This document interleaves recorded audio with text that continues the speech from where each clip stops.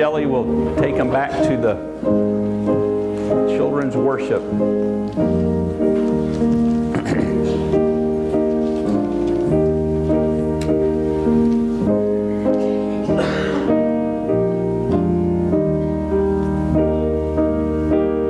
Anybody else?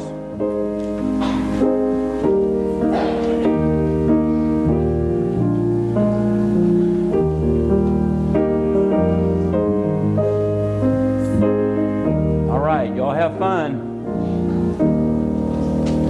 Well, Dwayne showed his versatility today, didn't he?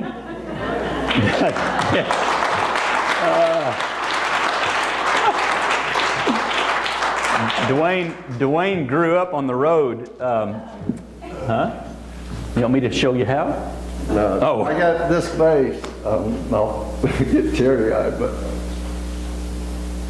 my family traveled gospel music from the time I was 12 years old till I was 17. We traveled Tuesday night through Sunday night in revival full time. And I've had this, it's a 74 Fender Jazz, and I've had it since those years I traveled on the road with my family. So we lived in a motorhome, didn't have a house, we just traveled from church to church. Yeah. It brought back a lot. I could tell today.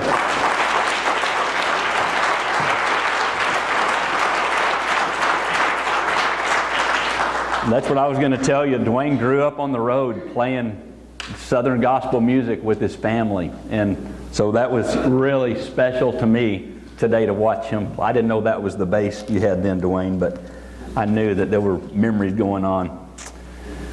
Well, if you have your Bible, please get them.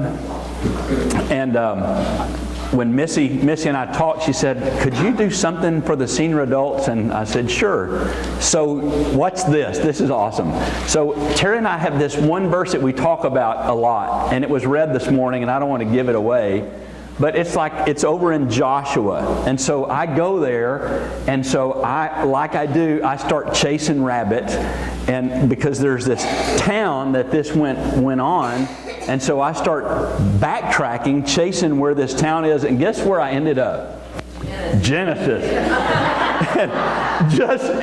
I ended up, I promise you, right where we left off Wednesday night. So take that. No, yeah, I know that God weaving. This is awesome. I hope it comes out right. If I can pull this one off. And so there's a little bit for all of us. Some of us are going to get hammered today. Absolutely hammered about our walk. And then at the end, I'm not going to hammer the senior adults. Speaking of senior adults, I played in a golf tournament. That's the first time I've gotten to play in a year. Isn't that bad? It's just so bad. So anyway, I got asked to play in this golf tournament. It was a fundraiser for the Ark. Shelley's on the board at the Ark, and she put together this deal. And so I get a call if I would play in this tournament. I go, sure. After I heard the words, it's already paid for. Sure!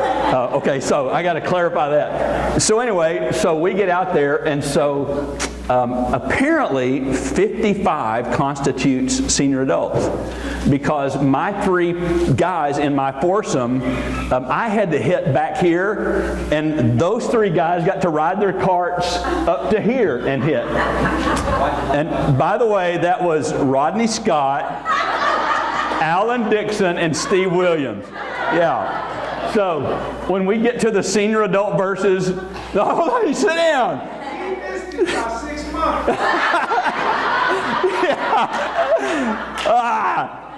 Yeah, I'll be 55 in August. So if you know of any more tournaments, I can get in right quick. But no, actually, it must be nice to hit. It must be nice to hit from the women's tee boxes, guys. Okay. I will always get the last word because I got the microphone. Don't mess with me, buddy. All right, Genesis chapter 13. Isn't it awesome to hear laughter in the church? It is. Listen, what we've got to get this out of our mind, that this is unique to the rest of our life. It's not. This is bricks and wood and carpet and sound. But this is life. And my life is to look the same in here as the second I walk out those doors. There can't be this thing. And so laughter and full of life and crying over my bass guitar and loving that music. And it's just that we've got to learn to get rid of our churchy stuff. Okay, that's not the sermon. All right. But I'm so passionate about that. Okay. So, in Genesis 13, okay, so here's what's happening. Abram and Lot was Abram's nephew, okay, and they had come to Canaan, but because there was a famine there, they went to Egypt and stayed in Egypt for a while during this famine. We talked about this Wednesday night. So they're going back to Canaan now, and they're in the land.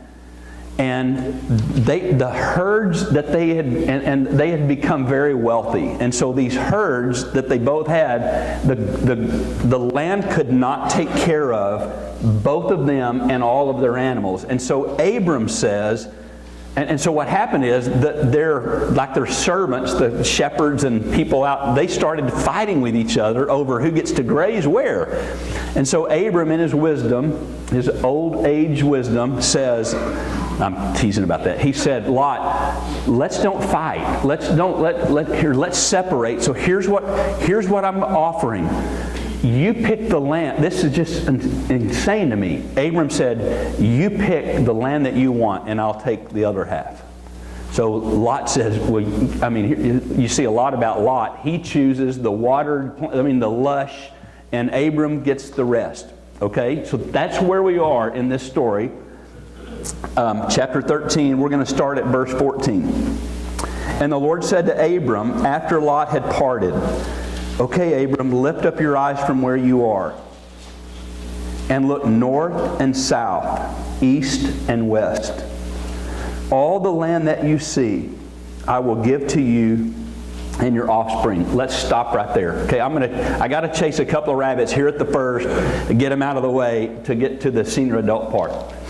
Okay, so God says to Abram, I'm going to, all of the land that you see, I want to give. And so I wrote in the margin of my Bible, what if all that my offspring got was what I see?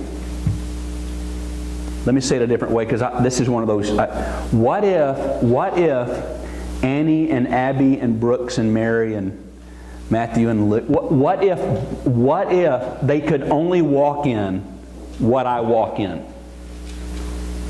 Does that make sense? I mean, what if, and there's real truth to this, what kind of spiritual life would they have if they only could walk in what I claimed as mine? Ooh, that's frightening. So God says, look to the north, look to the south, look to the east, look to the west. I'm giving you all that you see.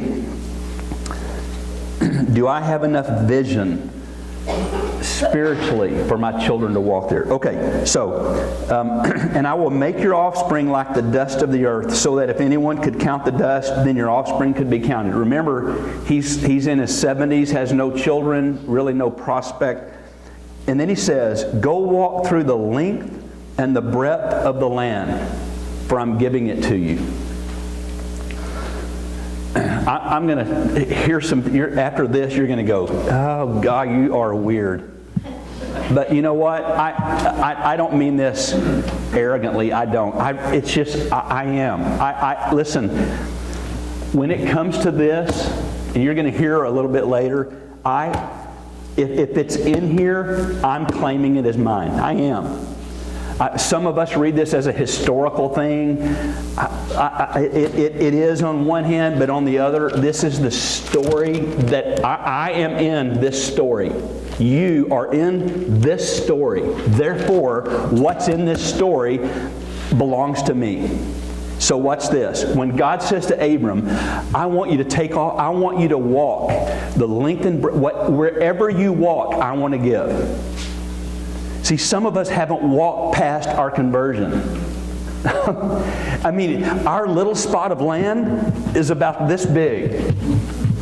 I looked like that turkey this morning, didn't I? We had these two toms out in our yard just flirting like crazy with these hens, and they were all fanned out and they were spinning around showing off.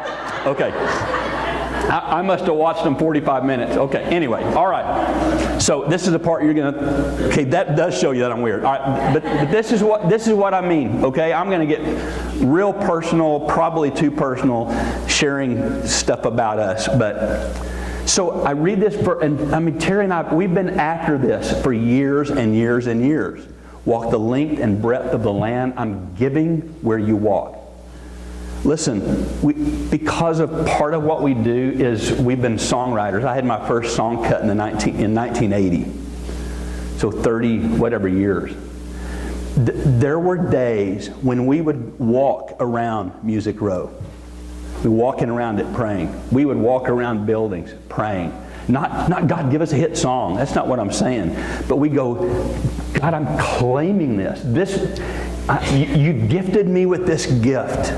You gifted Terry with this gift, and God, we want to walk in. I want to walk in everything that you have involving this giftedness that you placed here. And so God, we're walking around Music Row. We've walked around courthouses. We've walked around baseball fields all over the state of Texas and Tennessee where our kids were playing. Not walking around oh God, let them win. That's not what I'm talking about. But about, God, you've given them passions and desires and interests, and there's something about that you deposited there. We want to make sure that comes to life. And so Terry and I, we show up at the ballpark an hour or two early while they're warming up, and we're walking around the perimeter of this baseball park.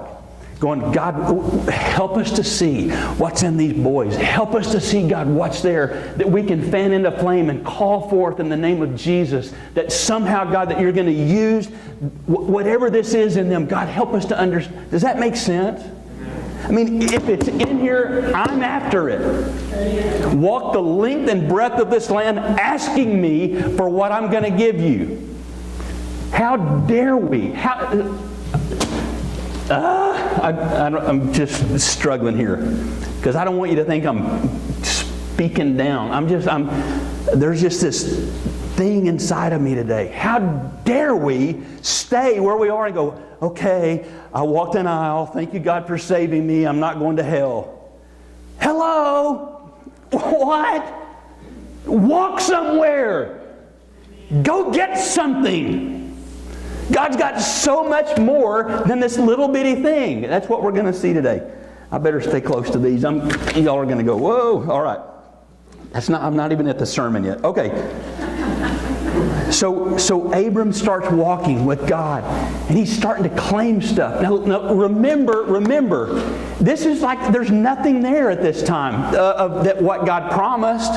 God said this is going to be the promised land. This is the land flowing with milk and honey. And as of right now, this looks like West Texas.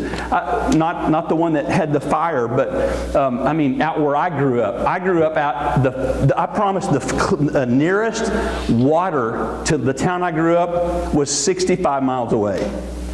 And it was a lake that you could ski one time in about 2 minutes. I mean, it was that small. So it's kind of like that. Just this dry, but Abraham's walking around by faith going, I claim this for one day, God, you promised me that I was going to have descendants.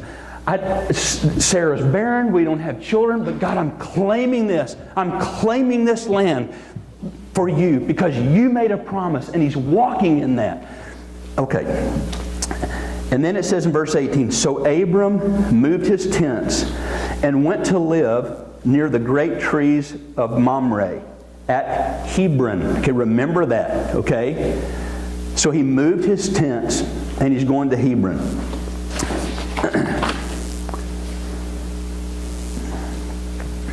And when he's there, he builds this altar to the Lord. Okay, watch. Every time Abram had this memorable spiritual experience with God, he builds an altar. Every time God moved, he built this altar.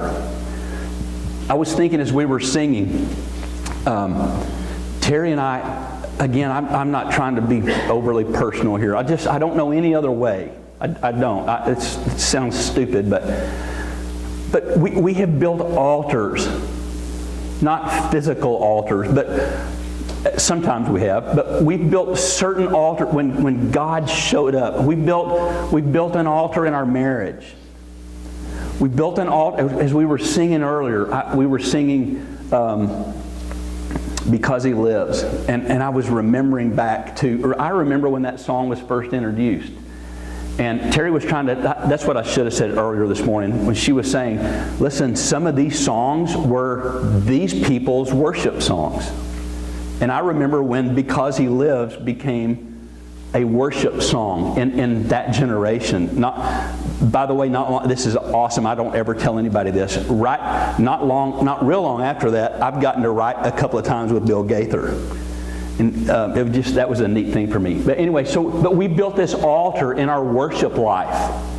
And we keep coming back to this altar. It anchors us somewhere. And so when we're standing together or worshiping as a family, it's because there's an altar there, because God has shown up.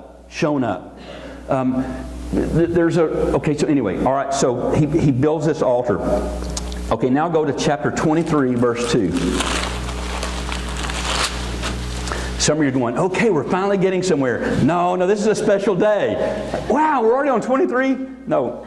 Okay, so what was the name of the town? Hebron. Remember that. Hebron, okay? Chapter 23. So God shows up at this town called Hebron. And God and Abram had this incredible experience with the promises and the faithfulness of God. Okay, chapter 23. Sarah lived to be 127 years old. She died at Kiriath Arba, that is Hebron, in the land of Canaan. And Abraham went to mourn for Sarah and to weep over her. And Abram rose from beside his dead wife and spoke to the Hittites. He said, I'm an alien and a stranger among you. Sell me some property for a burial site so I can bury... stop a minute. I left that one thing. I need to go back. So when Abram and Lot separated ways, and Lot chose that, if you read carefully, and we'll get to this later, but it said he pitched his tent near the city. What was the city? Sodom. There's so much there we're going to get to, but Abram pitches his tent away from the city. There's something very significant about flirting with it's the world. He's flirting with the world. No, but I'm still here. And yet there's this getting closer and closer to the world. Okay, so Abram, he's an alien and a stranger. Sell me some of your property for a burial site so I can bury my dead. Verse 5. The Hittites replied, Sir, listen, you're a mighty prince among us. Okay, remember, he doesn't belong to them. They call him a Hebrew, the man from the other side. He's not one of them. He doesn't own land. He's just there as an alien, a stranger. Remember that verse, looking for another city. He's looking for a city. Okay, anyway, but they recognize who he is as a man of God. You're a mighty prince among us. Bury your dead in the choicest of our tombs. None of us will refuse you his tomb for burying your dead. And Abraham rose and bowed down to the Hittites. He said, no, if you are willing to let me bury my dead, then listen. Intercede with Ephron of Zoar on my behalf, so he'll sell me the cave of Machpelah, which belongs to him, is at the end of this field. Ask him to sell it to me for full price. And so Ephron the Hittite was sitting, and he replies, no, listen to me. I give you the field. And again, Abraham in verse 12 bows down and said, listen to me, if you will. I will pay the price of the field. Accept it from me so I can bury my dead. And so they're going back and forth. And finally this Ephron says, okay, I'll sell it to you for 400 shekels. He gouges him. I mean, at first he's going to give it to him, and now Abraham insists, and so he gouges. As I was thinking through this I'm so bad. It's like this is the first funeral director. Okay, I mean he's gouging this guy for the. Okay, never mind. I'm playing. Okay, Bad boy. All right. So Abraham agrees to Ephron's terms. What else could he do?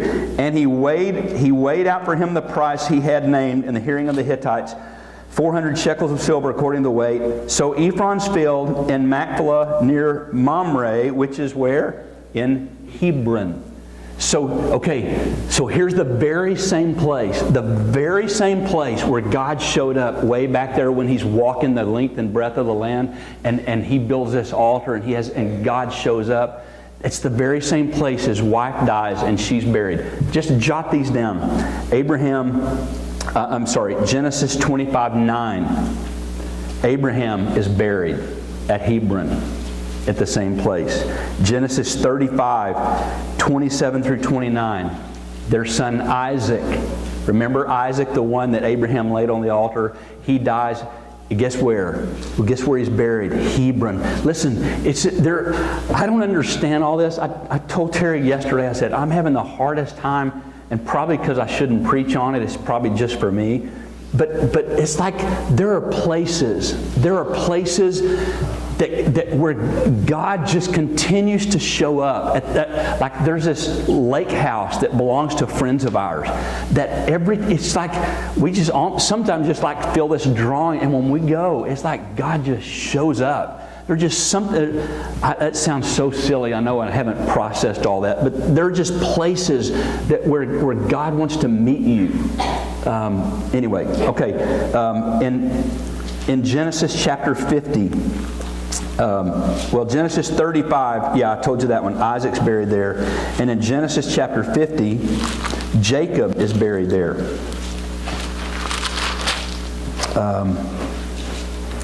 That's verses 12 through 14. Let me read that. So Jacob's sons did as he commanded them. They carried him to the land of Canaan and buried him in the cave in the field of Machpelah near Mamre, which Abraham had bought as a burial place from Ephron the Hittite, along with the field. And so after, so we got to get moving here. All right, so after he's buried, by now, I'm going to give you a quick history lesson. Remember, Joseph was sold into slavery by his brothers, and he ends up in Egypt, in Potiphar's house. And so he begins to run the show. Well, by this time, Canaan, all of the children of Israel end up in Egypt. And so for over 430 years, they become slaves to the Egyptians. All this time in 430 years of slavery, they're having children, they're growing, and God is building His kingdom under this thing of slavery. Okay, so all of that's going on. And so one day in the first chapter of Exodus, first couple of chapters of Exodus, when God goes, okay, that's enough. Moses is on a walk, God shows in a burning bush. You remember all that story. And the point is that God is saying, now's the time. I'm calling you to call my people out to go home. Because now we're ready for the promised land. And so they begin the exodus that goes to the promised land. Okay? So after they wandered and wandered and wandered, one day, go now to Numbers. So go to the right. Genesis, Exodus, Leviticus, Numbers.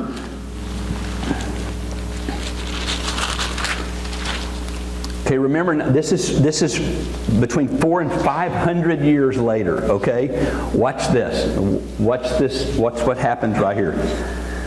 Bless you. Okay, so Moses, this is chapter 13 of Numbers. The Lord said to Moses, send some men to explore the land of Canaan, which I am giving to the Israelites. Okay, 500 years ago, Abram had been walking the length and breadth of the land, praying over it, claiming it. Here we are, 500 years later, and Moses goes, I need 12 men. And so they get a guy from each tribe to go explore what was said about 500 years ago. Go find out what's there, okay? And so it lists all the guys there, their names. Verse 17, when Moses sent them to explore Canaan, he said, go up through the Negev and on the hill country, see what the land is like, and whether the people who live there, are they strong, are they weak, are they few, are they many, what kind of land do they live in, is it good, bad, what kind of towns? So he's telling them all about the survey. Do your best to bring back some of the fruit of the land. It was the season of the first ripe grapes. So they go in and they're exploring. And when they reach the valley of Eshcol, verse 23, they cut off a branch bearing a single cluster of grapes. Okay, am I boring you? Okay, I'm sorry, Steve Williams was yawning. All right, a single cluster of grapes. Okay, just picture in your mind a single cluster of grapes. Two of them carried it on a pole between them. Wow. Okay, that's what's there. So so you're fixing to find out which two it would have had to be. All right. So here's this pole, and back here is the pole on the other end, and between them is this single cluster of honking grapes. All right. This is what's there. Okay. So they've explored and they're going back. Verse 26, they came back to Moses and Aaron and the whole community at Kadesh, and they reported them, and the whole assembly showed them the fruit of the land. They gave Moses this account. We went into the land to which you sent us, and it does flow with milk and honey. Here is its fruit. But, okay, remember, you really know what the truth is of someone after the but. All right? What follows the but is the truth. But the people who live there are powerful, and the cities are fortified and large, and we even saw the descendants of Anak there. The Amalekites live in the Negev, the Hittites, Jebusites, Amorites. And then, verse 30, and then Caleb silenced the people. Shut up, basically. Hush. Hush, the 10 of you. We should go up and take possession of the land, for we can certainly do it. But the men who had gone up with him, we can't attack those people. They're strong. I sound like Barney right there. We can't attack those people. They're stronger than we are. And they spread among the Israelites a bad report. The land we explored devours those living in it. And all the people we saw there are of great size. And then he brings back a word from Genesis chapter 6, the Nephilim. So he's pulling out all the stops. The Nephilim in Genesis chapter 6 were these supposed giants, okay? And so he's now saying they're these gigantic guys. They're Nephilim. We saw Nephilim there, the descendants of Anak from the Nephilim. We seem like grasshoppers in our own eyes, and we look the same to them. Listen to what doubt does. Doubt makes you grasshoppers. We're afraid of grasshoppers. Okay. Anyway, so that night all the people of the community raised their, and they wept aloud, and the Israelites grumbled against Moses, and if only we had died in Egypt. Let's go to verse 5. Then Moses and Aaron fell face down in front of the whole Israelite assembly gathered there. Joshua the son of Nun and Caleb, that's the two spies that came back with a good report, who had explored the land, they tore their clothes, ripped their clothes in frustration, and it was very symbolic, okay? And they said to the entire Israelite assembly, the land we passed through and explored is exceedingly good. And if the Lord is pleased with us, He will lead us into that land, a land flowing with milk and honey, and will give it to us. Do not rebel against the Lord. Do not be afraid of the people of the land, because we will swallow them up. Their protection is gone, but the Lord is with us. Do not be afraid of them. But the whole assembly talked about stoning them. Boy, nothing's changed much. How sad is that? When somebody is passionate and after God with all their heart, and the majority of people, they just want to stay. They don't want to go for a walk. They want to stay with their turkey feathers out, just spinning in a circle close to home. Okay.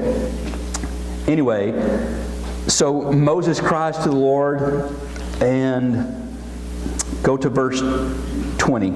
And the Lord replied, I have forgiven them as you asked. Nevertheless, as surely as I live, as surely as the glory of the Lord fills the whole earth, not one of these men who saw my glory and the miraculous signs I performed in Egypt and in the desert, but who disobeyed me and tested me 10 times, not one of them will ever see the land I promised on oath to their forefathers. No one who has treated me with contempt will ever see it. God, help us and forgive us for treating you with contempt. Okay. But because my servant Caleb has a different spirit. Okay, listen carefully. Because my servant Caleb has a different spirit and follows me wholeheartedly, I will bring him into the land he went to, and his descendants will inherit it. Since the Amalekites and the Canaanites are living in the valleys, turn back, blah, blah, blah. And and then verse 30. Not one of you will enter the land I swore with uplifted hand to make your home, except for Caleb and Joshua. Guess where they were when they went? Hebron. Isn't that incredible?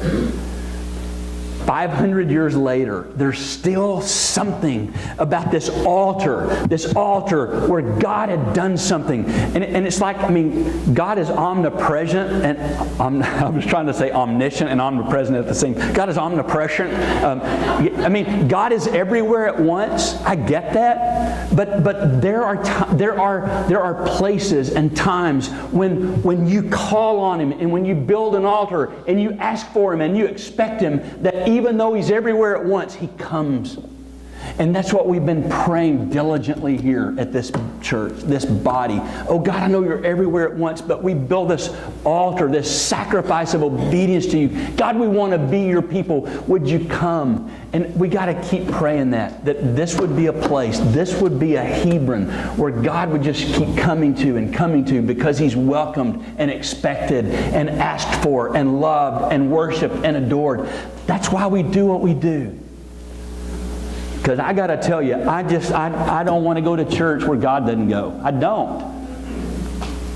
How boring would that be? Okay.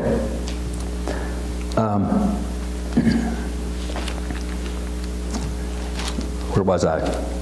Okay, so verse 31. As for your children, you said would be taken as plunder. I'll bring them in to enjoy the land you have rejected. Okay, so all of the adult, all of the ones who went in, except for the children who are born on the way, they're going to get to enter in, but not the others. And God is going, they will never step foot in this land where Abram walked the length and breadth of. And so for 40 years, this is verse 34. For 40 years, 1 year for each of the 40 days you explored the land, you will suffer for your sins. What? Sinned? What was the sin? All they did was they went in and they brought back a bad report. The sin was not for seeing. The sin was not believing. The sin was not trusting God. The sin was going, we're afraid, we can't do it. We want to stay close to home. We want to fan our tails and just turn in circles. He's calling that sin. And I, the Lord, have spoken, and I will surely do these things to the whole wicked community which is banded together. This will meet their end in the desert. They will meet their end in the desert, and here they will die. So the men Moses sent. Okay, just keep reading through that. Now turn, one more turn and we're about done. Joshua chapter 13. So go to the right, after Deuteronomy.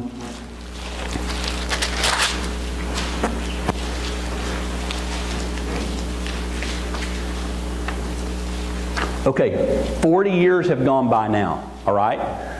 So they get in, and 40 years they have wandered. And they have finally come through in chapter 6, is that right? Chapter 6 of Joshua is the story about, Jericho. When you remember they marched around the walls of Jericho. So they have gone in now and have begun to conquer and are almost finished conquering the land. They've conquered, they've fought, they've taken these kings and killed them and destroyed and all this to take the land that God had promised them. And in chapter 13, I want to read you verse 1.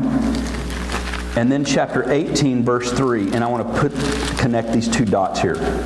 Chapter 13, verse 1. When Joshua was old, this is 40 years later, when Joshua was old and well advanced in years. Okay, here we go, senior adults.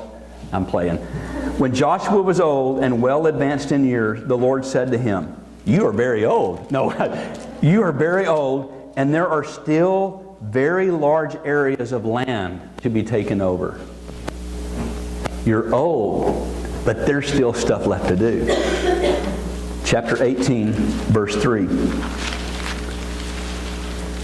So Joshua said to the Israelites, "How long will you wait before you begin to take possession of the land that the Lord, the God of your fathers, has given you?" Okay, so they've conquered the land and the kings who had disputed its ownership, and this is over now, and Joshua begins to give his attention. Okay, it's been conquered, but it's not been occupied. Okay, and if you keep reading in chapter 18, there's 7 tribes that are just still kind of standing around the tabernacle called at Shiloh, just kind of, and I go, you know what? Isn't that a whole lot like some of us?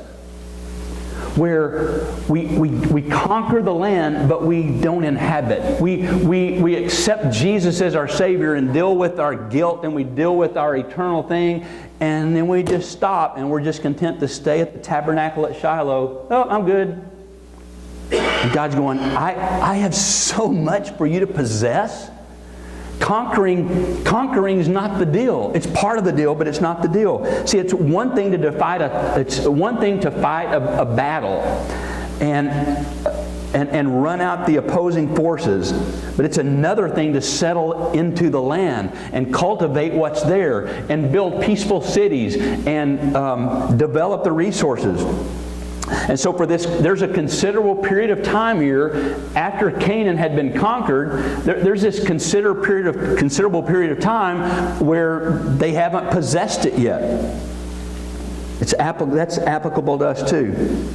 See, there is much more for us than just dealing with temptation and sin. There are more advances for us to make in our Christian life where God is calling us. God is calling us to more. God is calling us to deeper places in Him. He's pleading with us just as He was with them when He said to them, How long will you wait before you begin to take possession of the land that the Lord your God has given you? See, it's one thing to break down the walls of Jericho. It's another thing to enter and possess the city. It's one thing to fight